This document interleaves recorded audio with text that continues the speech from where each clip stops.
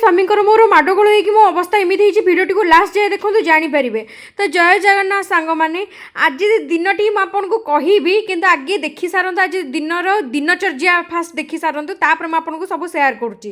ତ ଆଜି ଆମର ସ୍ୱାମୀ ସ୍ତ୍ରୀ ଆମେ ଭାବିଲୁ ଯେ କ'ଣ ଖାଇବୁ, ଖାଇବା ଏମିତି ହେଇ ମୁଣ୍ଡରେ ପଶିଲା କି ଆଜି ପଲଉ ୱିଥ୍ ବିରିୟାନୀ ଗୋଟେ ମିକ୍ସ ବନେଇଦେବା ଆଉ ତାକୁ ବାଡ଼େଇକିନା ଖାଇଦେବା କଚୁମ୍ବରରେ।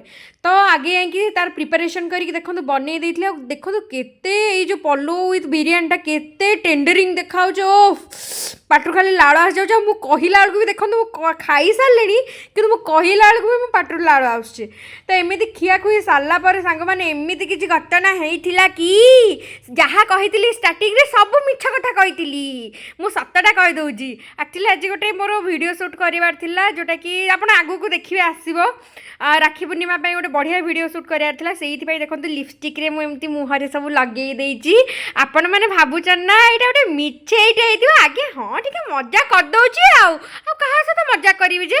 ଆଉ ଦେଖନ୍ତୁ ରାତିରେ ମୋ ସ୍ୱାମୀଙ୍କର ଏ ଯେଉଁ ହୁଏନି କ୍ରେଭିଂସ୍, ଦେଖନ୍ତୁ କ୍ରେଭିଂସରେ ମୁଁ ତ ଖାଉନି, ସେ ରୋଲ ତାପରେ ଯାଇକି ଗୁପଚୁପ୍ ସବୁ ଗିଳି ଯାଉଛନ୍ତି। ମୋତେ କିଛି ଦେଉନାହାନ୍ତି। ମୋ ସପୋର୍ଟରେ କିଏ କୁହନ୍ତୁ।